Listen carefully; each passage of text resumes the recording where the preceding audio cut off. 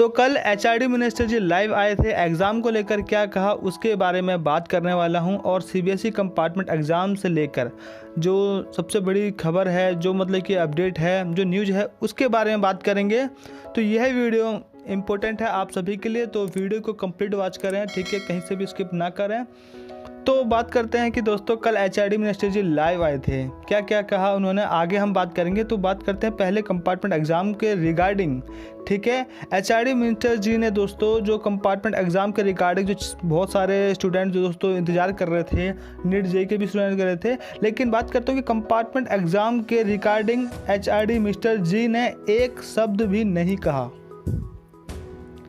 जी हाँ दोस्तों, compartment exam को लेकर एचआरडी मिनिस्टर जी ने इस लाइव सेशन में एक शब्द भी नहीं कहा। और सच में दोस्तों ये बात सुन के मुझे बहुत गुस्सा आ रहा है और बहुत ही दुख की बात है।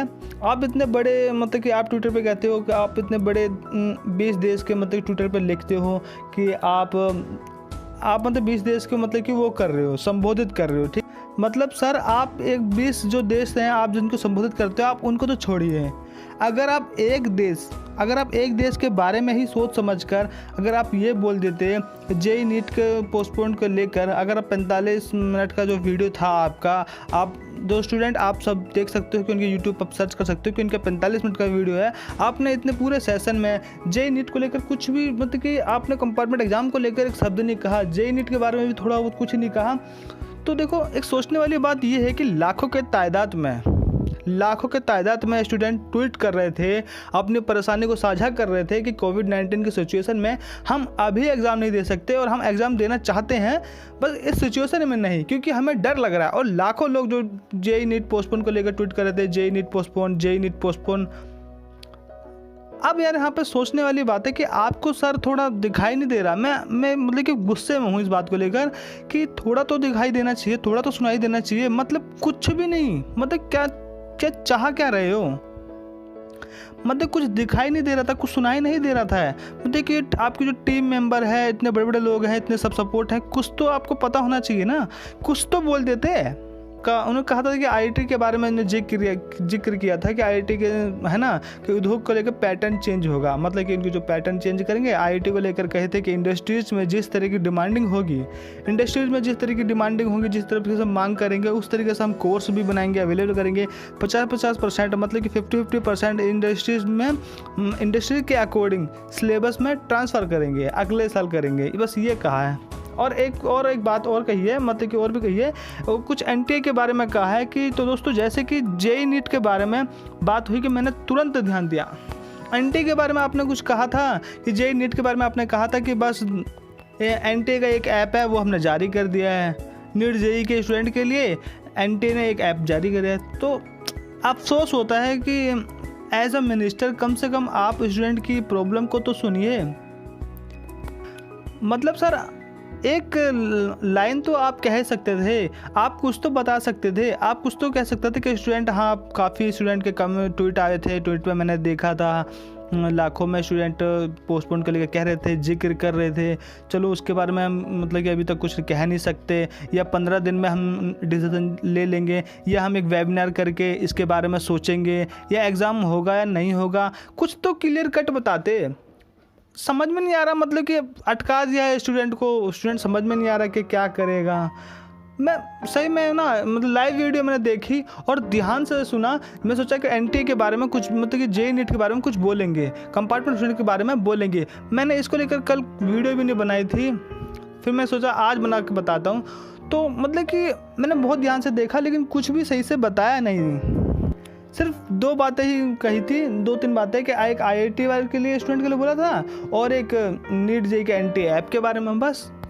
तो गाइस अब एक न्यूज़ के बारे में बात करते हैं। जैसे कि आपने और वीडियो यूट्यूब पर तरह की देख ली होगी और आपको पता भी होगा कि 809 स्टूडेंट ने सुप्रीम कोर्ट में अप्रोच किया है। और दोस्तों उसके लिए सीबीएसई का एक मतलब कि मैंने ट्विटर पे ट्वीट देखा था, सीबीएसई न्यूज़ भी चला रही है, तो ये मतलब गुड न्यूज़ है, लेकिन ठीक है गुड न्यूज़ है।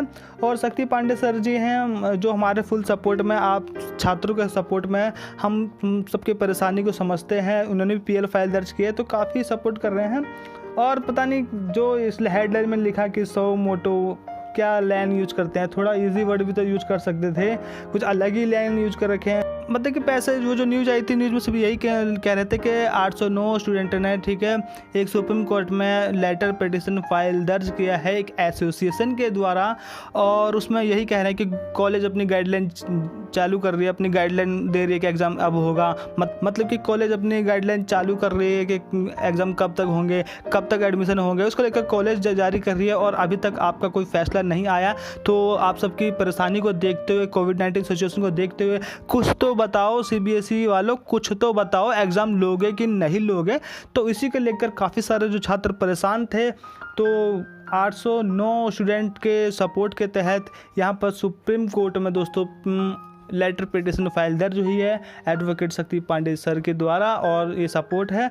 तो ये भी एक अच्छी गुड न्यूज़ है। और ये सो मोटो पता नहीं क्या है, इसमें यही है कि अपना इंडिपेंडेंट तरीके से डिसीजन लीजिए, अपना खुल कर डिसीजन लीजिए। इतना ही कहना चाहता हूँ कि सीबीएसई की तरफ से भी तो कोई नोटिफिकेशन जारी नहीं हुआ है कि अब कंप्यूटर एग्जाम होंगे कि नहीं होंगे, कब तक वो आपको फंसा कर रखेगी, कब तक आपको लटका कर रखेगी।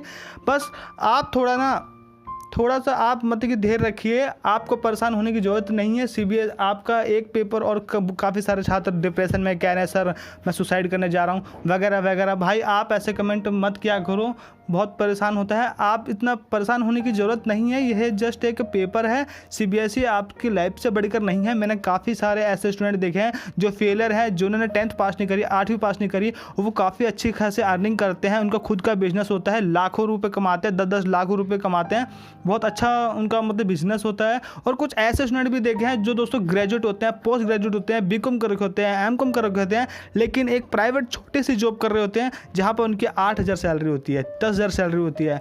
तो मतलब कि ना ये सब मैटर नहीं करता है कि आप 12th पास हो, 12th पास हो, ग्रेजुएट हो, मतलब कि ये ना कुछ हद तक मैटर करता है। लेकिन आप ज़िंदगी में जिस तरीके से जीते हो, आपके पास किस तरीके की नॉलेज है, आप क्या प्लानिंग करते हो, आपका मतलब कि जो एम है कितना बड़ा है, कितना लक्ष्य है, तो मतलब कि स्किल और नॉलेज ये डिपेंड करती है। तो सीबीएसई का एक मतलब कि एग्ज़ाम के चक्कर में आप इतना परेशान हो, अपनी लाइफ बर्बाद कर रहे हो। आप एक बार सोचो तो कि अपने घर के बारे में तो सोचो कि आपकी इस पे पूरी जिम्मेदारी है आपकी फैमिली की, आपकी फैमिली क्या सोचेगी। तो इतना टेंशन लेने वाली बात नहीं है, ठीक है। आप बस अपना पढ़ाई करते रहो, जहाँ तक टाइम मिला तो पढ़ाई करते रहो। और जैसे कि एक मैंने कल की वीडियो में भी कहा था कि नेशनल प्रोटेस्ट डे चला रहे हैं, ठीक है, कैंपेन अगेंस्ट एनी एग्ज़ाम। तो आपको अगर समय मिलता है तो आप ट्वीट करिए, ठीक है। आप मतलब कुछ भी ट्वीट कर सकते हो, तो जल्द से जल्द ज़्यादा ट्वीट भी करना। आप ज़्यादा टेंशन मत लो। मैं समझ सकता हूँ कि ये कंपार्टमेंट एग्जाम होंगे नहीं होंगे, इसको परेशान लेकर सारे छात्र परेशान है, इसको लेकर काफ़ी टेंशन रहती है और तैयारी भी नहीं कर पाते। मैं समझता हूँ, आपके कमेंट में देखता हूँ, आप सबके सारे कमेंट देखता हूँ मैं, लेकिन समझ में नहीं आता कि क्या बोलूँ। तो बस इतना ही कहना चाहता हूँ कि आप इतना टेंशन मत लो, बस आप पढ़ाई करते रहो, ठीक है। तो सीबीएसई से जो भी जुड़ी खबर होगी मैं नेक्स्ट वीडियो में आपको ला के प्रोवाइड कर दूँगा। तो चैनल से जुड़े रहिए, मिलते हैं नेक्स्ट वीडियो में। तो जय हिंद, वंदे मातरम।